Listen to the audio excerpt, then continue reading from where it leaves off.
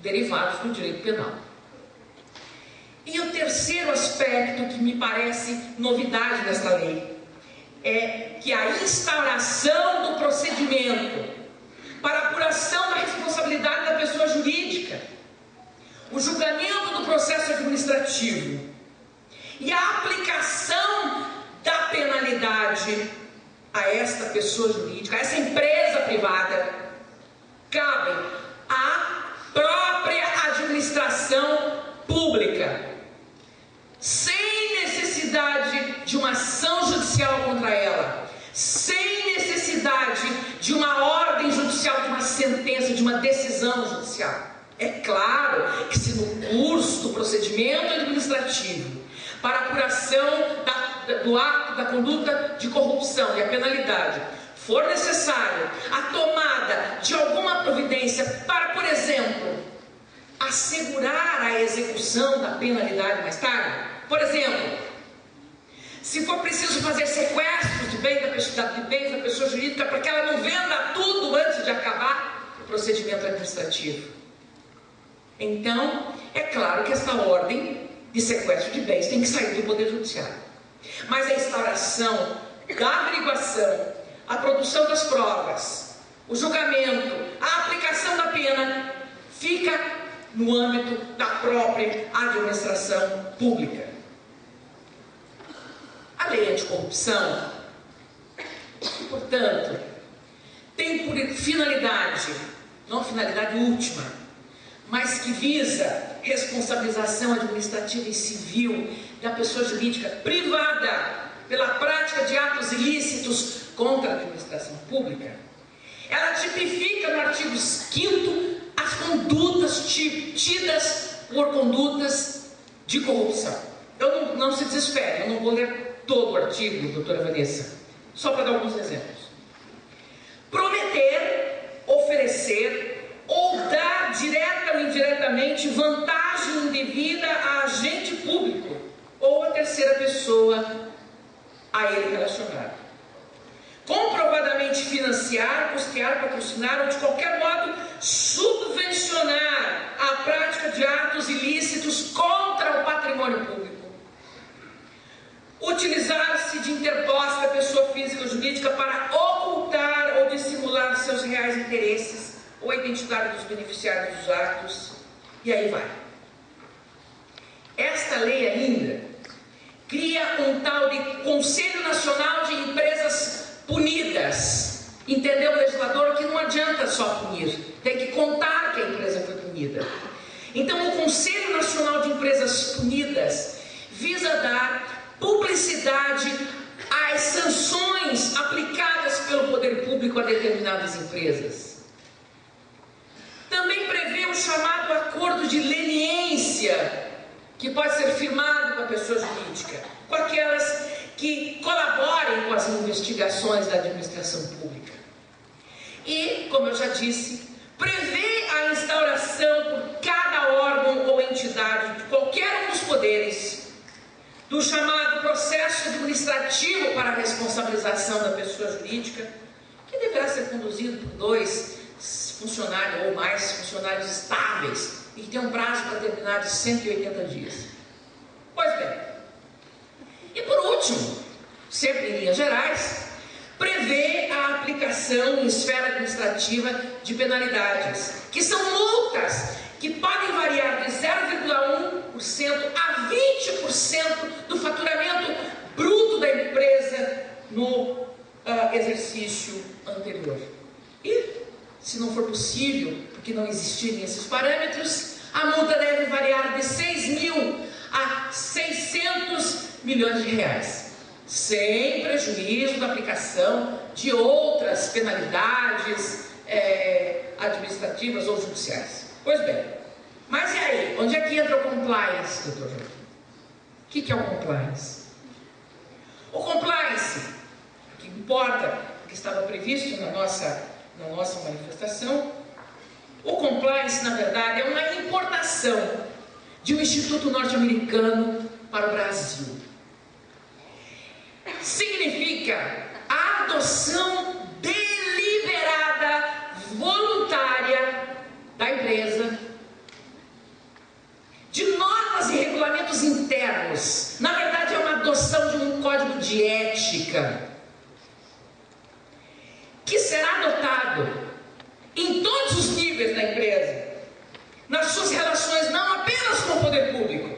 seus clientes, com seus fornecedores, com todo mundo.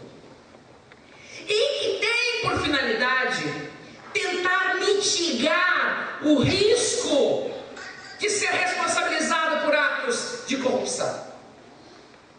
Então, o artigo 7º, inciso 8 da lei, diz que no momento em que a autoridade for aplicar a penalidade, abre aspas, deve verificar, agora sim que abre as aspas, a existência de mecanismos e procedimentos internos de integridade, auditoria e incentivo à denúncia de irregularidades e aplicação efetiva de códigos de ética e conduta no âmbito da pessoa jurídica.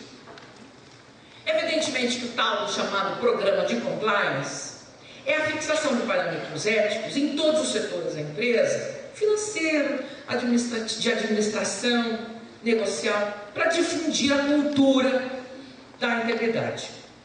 E é claro que a empresa tem todo o interesse em fazer isso, porque no eventual envolvimento, ela pode opor à autoridade administrativa o seu código de conduta e provar que ela realmente agiu, ela tem um código, esse código é perfeito, todos os da empresa, desde o diretor até aquele mais humilde funcionário, cumpriu o código de ética. E isso pode ser então um benefício para ela.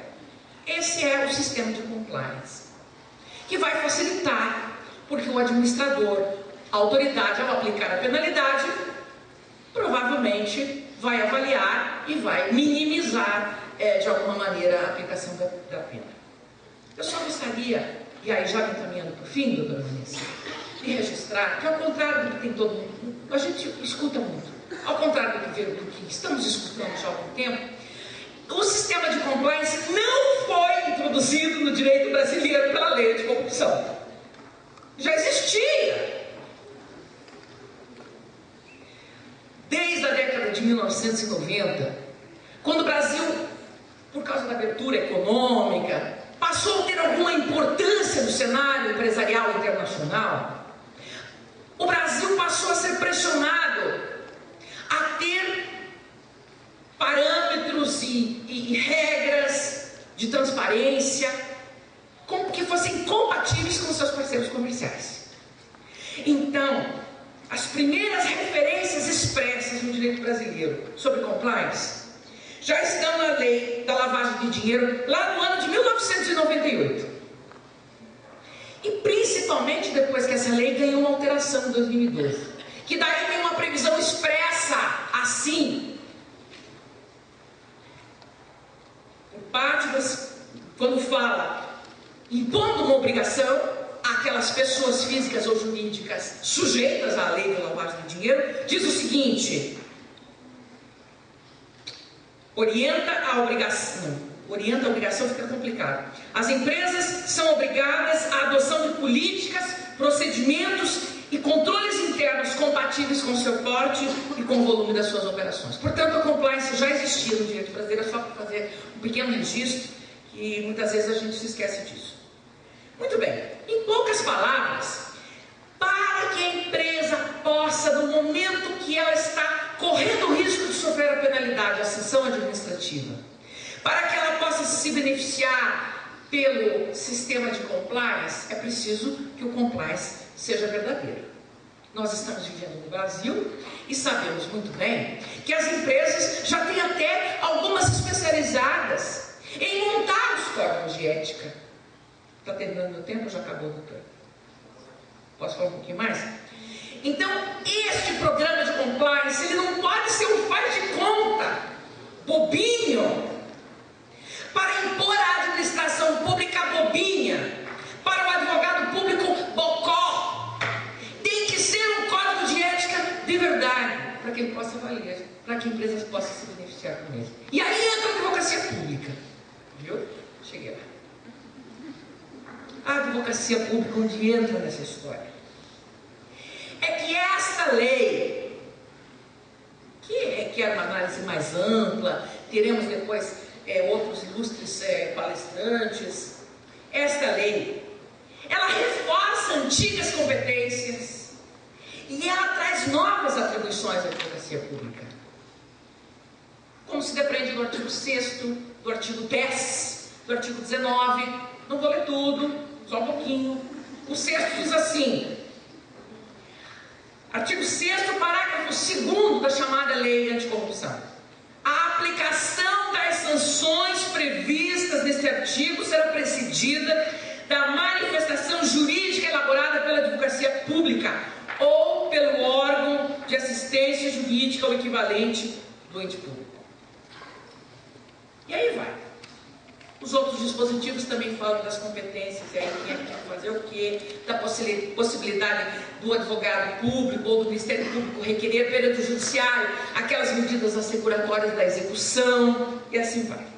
Pois bem, como nós vimos, e eu já tinha mencionado aqui, esta lei introduziu um sistema de repressão em nível administrativo, mediante a instauração do procedimento para apuração da responsabilidade da pessoa jurídica, o julgamento do processo administrativo, a aplicação da pena cabível pela própria administração pública. E ainda que esta lei diga que a iniciativa será da autoridade máxima da entidade ou do órgão, pergunto aos senhores, quem é que vai ter que conduzir esse procedimento? Quem é que entende processo dentro da administração pública? É o advogado público. Fica evidente, portanto, que esta legislação confirma e aumenta significativamente a legitimidade da advocacia pública para atuar no controle, no combate à corrupção, de uma forma proativa, como certamente lhes falará na sequência o Dr. André Luiz de Almeida Mendonça. Muito bem, mas eu ouso aproveitar desse ensejo para mencionar a urgência de se construir no âmbito do Estado do Paraná uma legislação estadual simétrica à legislação federal que fixe as competências para a instauração do processo administrativo em cada um dos 3 poderes. É preciso também uma legislação que regule o papel da Controladoria Geral do Estado, a exemplo do que acontece na lei em relação à Controladoria Geral da União, e ainda que se institua em âmbito estadual uma lei que regule o processo administrativo. Falta tudo isso. O que importa especificamente a advocacia pública, é bom lembrar que também não é recente o papel de combate à corrupção que tem cada um de nós. Mas também não podemos esquecer que, pelo menos dentro das procuradorias dos estados, na maioria deles, e certamente na maioria absoluta dos municípios, não existe estrutura administrativa especializada na orientação e condução desse tipo de procedimento. É preciso que o advogado público, então, seja muito criativo. Agora ele passa a ser dotado de legitimidade para atuar na persecução da corrupção, daquele que pratica a corrupção. Lhe é conferida a autoridade de elaborar um parecer que vai subsidiar a autoridade no órgão público antes da aplicação da pena. Diz o artigo 10. Pois bem, é preciso que o advogado público esteja habilitado e que ele tenha ferramentas para poder agir. Apenas para mencionar o tema que é o objeto específico da minha fala, compliance. Como pode o advogado público avaliar se a compliance que foi apresentada para ele pela empresa de fato é verdadeira? Ou se não é só um joguinho de cena? O advogado público precisa estar devidamente habilitado. Ele precisa passar a contar, e as procuradorias precisam passar a contar com estruturas de auditores, especialistas em contabilidade, para fazer esse tipo de avaliação. Pois bem, esse é o maior desafio, me parece, da advocacia pública no âmbito dessa chamada lei anticorrupção. Ao longo da história do Brasil, por décadas, a consultoria e assessorias jurídicas e a representação judicial dos entes públicos era exercida de uma maneira falar errante. Ou era exercida com uma atribuição extravagante do Ministério Público, ou por advogados privados com especial contratação para exercer a advocacia dos entes públicos, algumas vezes até titulares de cargo em comissão, com automática e absolutamente compreensível falta de liberdade. Ora, por bacharéis com vínculos de subordinação ao poder público, mas desprovidos da organização e da estrutura em carreiras específicas que dotassem os profissionais de independência técnica e liberdade necessárias ao efetivo cumprimento da sua função. É absolutamente inquestionável que a Constituição Federal de 1988 consolidou a advocacia pública como função essencial à justiça. Mas ainda o Brasil manca de uma disciplina constitucional que seja uniforme. O país tem dimensões continentais e há uma diversidade enorme de realidades, diferenças de estrutura das procuradorias dos estados. Imagine nos milhares de municípios. E isto certamente tem o risco de significar uma lacuna na defesa do interesse público envolvido. Pois bem, a partir de 88, os entes federados fizeram o seguinte, com a previsão constitucional das procuradorias. Conservaram as estruturas de advocacia que eles já tinham. E, na medida do possível, foram se adaptando. No estado do Paraná, o primeiro concurso já tinha acontecido. Era de antes até da Constituição. Aqui a advocacia, chamada Advocacia Geral do Estado, é de 1946. Mas só a partir da década de 80, que acabou regulada em concursos públicos, ingressos de concurso público, com estabilidade, com autonomia, com independência funcional, sem ter o risco de dar um parecer contrário ao interesse do agente político e no dia seguinte ele ser transferido para os confins do sororó da esquina. Pois bem, mas mesmo estando organizado em carreiras jurídicas de ingresso exclusivo para o concurso público, no caso do Paraná, por exemplo, ainda a nossa lei que regula a carreira da advocacia pública do Estado, que é a Procuradoria Geral do Estado, data de 1985 e 1987. E desde a emenda constitucional 84, a PGE do Paraná mantém-se vinculada ao chefe do Poder Executivo. Portanto, é preciso entender que a advocacia não pode depender de nenhuma medida ou da vontade do agente político, de qualquer um dos três poderes. Muito longe de parecer um discurso corporativista. E eu concordo que os senhores têm todo o direito de pensar isso quando escutam a procuradora do Estado, que é presidente da Associação dos Procuradores. Mas muito além de satisfazer sanhas corporativistas da classe da advocacia pública, esta, nos seus três níveis, mancam de um instrumento fundamental, que é um instrumento de trabalho, que é a sua autonomia institucional, autonomia administrativa e autonomia financeira. Doutor Molina, doutor Joaquim, muito obrigada pelo convite. Espero ter de alguma maneira atendido ao tema que me foi proposto. Agradeço muito a todos aqueles amigos. Quero fazer uma referência especial à minha querida Gisele Venere, que veio me ver aqui. Muito obrigada por ter vindo. Muito obrigado a todos pela paciência de terem me ouvido.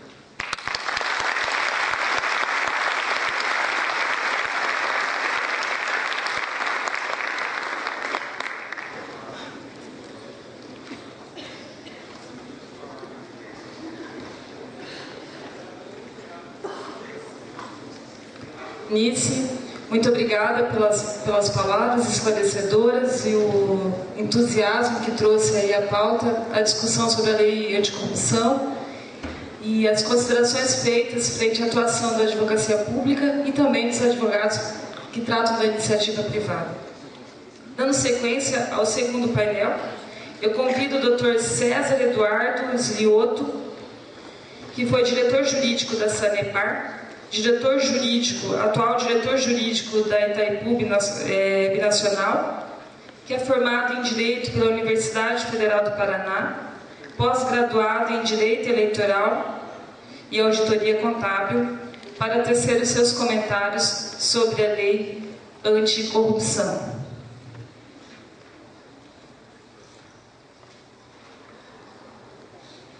Bom, quebrando um pouco o protocolo, eu peço que o proprietário do veículo Palio Cinza, placas ARK 4799, compareça ali na recepção do anfiteatro urgente.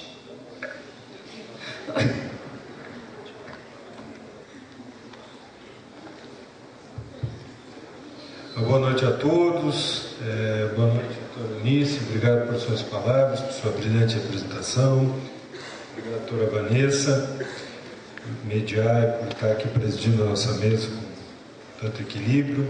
Agradecer, não posso deixar de agradecer ao doutor Joaquim, doutor Ayrton, doutor Cássio, nosso vice-presidente, o doutor Juliano, meu irmão, amigo, presidente da OAB, que, aliás, apesar de estar bem pior do que eu, foi meu calouro na faculdade. Você vê como os anos são mais desagradáveis alguns do que para outros, né? Mas, enfim, isso é uma outra história. Mas o meu abraço aí, o Juliano, um grande irmão, um grande amigo que nós podemos ter. Doutor Moreira, nosso conselheiro. E eu gostaria de fazer alguns comentários sobre a Lei 12.846 de 2013.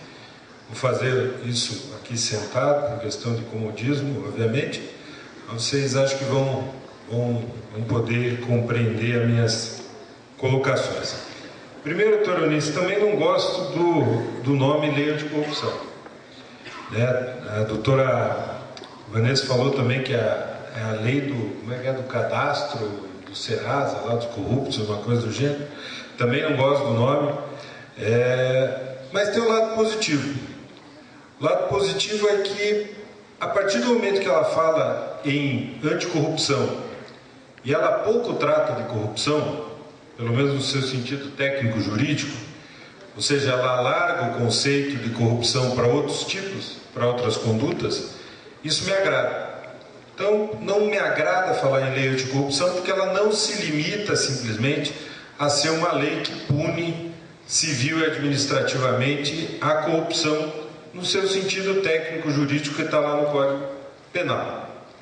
Isso me agrada. Me desagrada porque, a partir do momento que você fala em lei anticorrupção, muita gente pode minimizá-la e achar que ela só trata de condutas corruptas, vamos chamar assim, ou de condutas de combate à corrupção. Essa lei, ela pretende criar um ambiente de negócio mais saudável, pretende criar uma atração de investimento, pretende fazer com que as relações público-privadas ou privado-públicas sejam mais transparentes e sejam, portanto, menos nocivas, ou que aqueles desvios que possam existir sejam minimizados ou coibidos, a fim de que os recursos, a fim de que os projetos, enfim, a fim de que os bens da vida sejam devidamente entregues à população e não parem ou não se percam no meio do caminho. Gostaria de, antes até de comentar um pouquinho sobre a lei de corrupção, ou da lei anticorrupção, fazer um comentário que eu acho que é fundamental. Se não estou enganado, no anteprojeto de Código Penal isso já está tipificado, embora eu tenha ojeriza particularmente em tipos penais. Alguns talvez porque eu pratique e outros porque eu não acredito que simplesmente a tipificação de condutas criminais contribua muito para a nossa evolução como sociedade.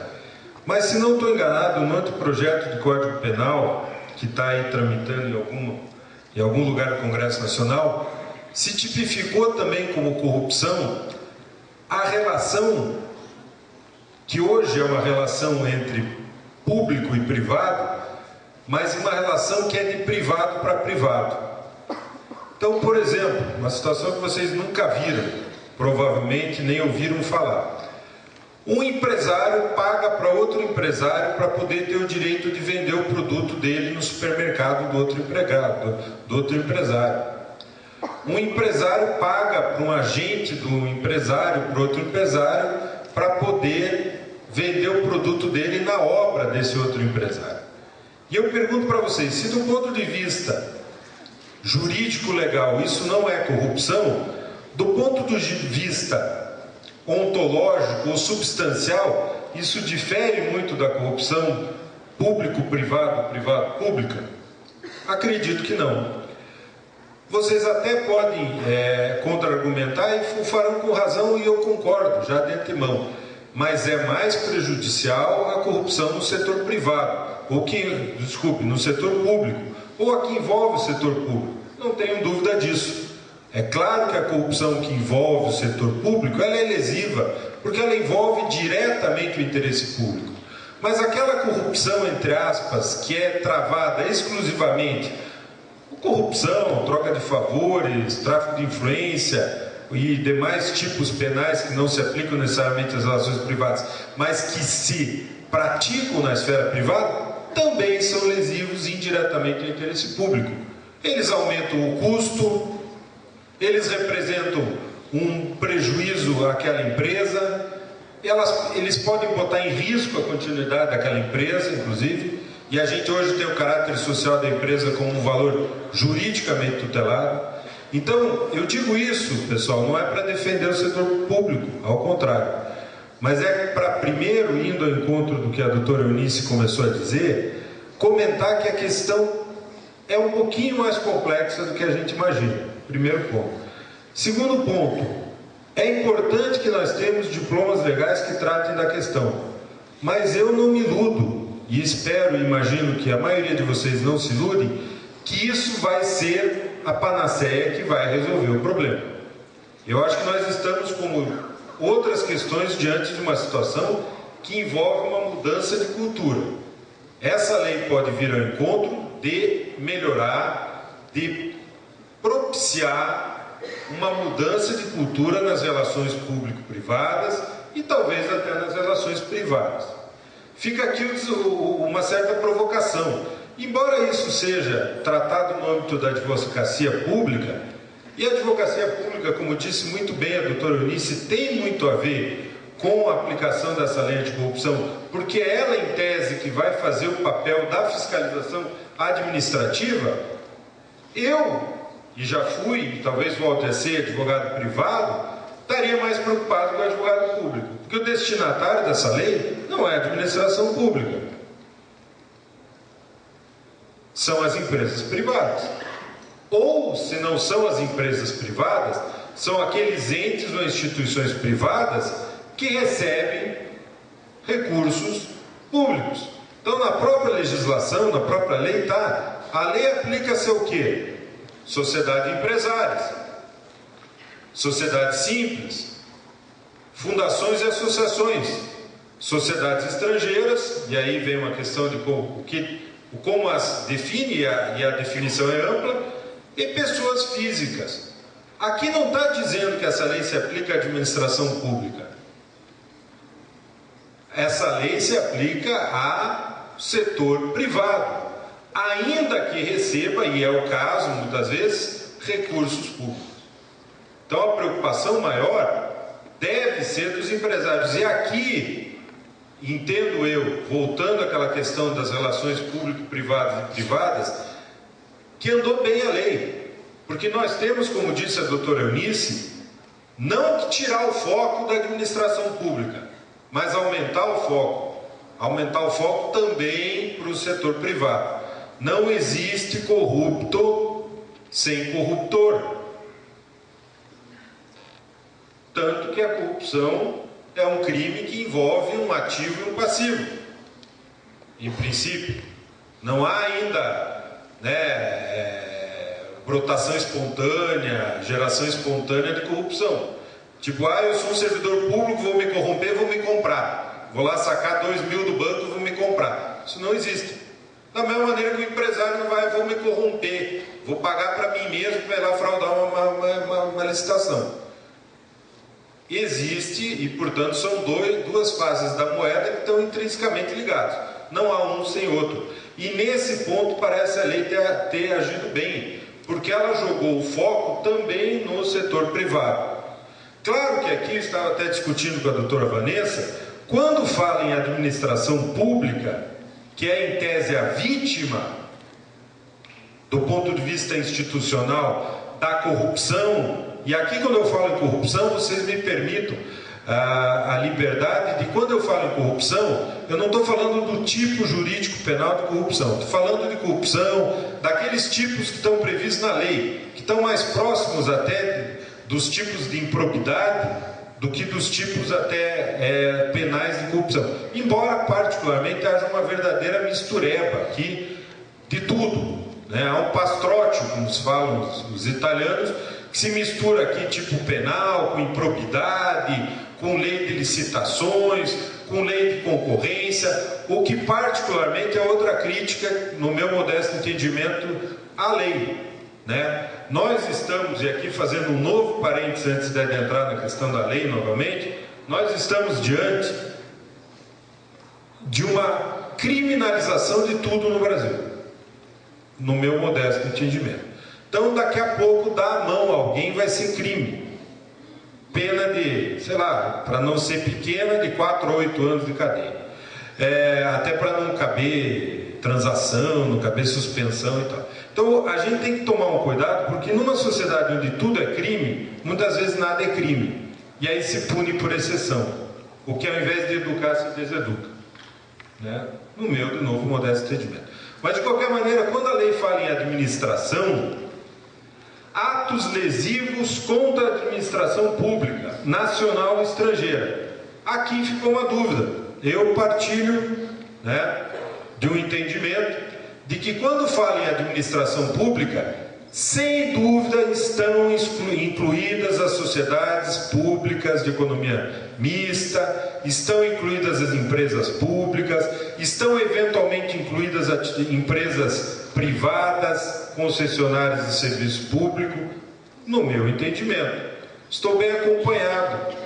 O ministro Dipp concorda comigo, já é algum indício. Terei um voto no Superior Tribunal de Justiça, embora ele se aposente em 2 meses. Então talvez não dê tempo de ter o voto dele. Pelo menos ter a opinião dele. Mas ainda que não sejam as empresas concessionárias de serviço público, o que não é mal, por um lado, porque ela estaria aqui como vítima, né, de eventual ato de ilícito ao erário ou ilícito ao interesse público, mas com certeza as empresas públicas de sociedade de economia mista e talvez até pessoas jurídicas que recebam direto e indiretamente subsídios estatais, a gente pode pensar, embora a lei não fale, isso vai caber ao judiciário, aos nossos doutrinadores a escrever e ao judiciário definir. Não vim com a resposta, vim só com a pergunta.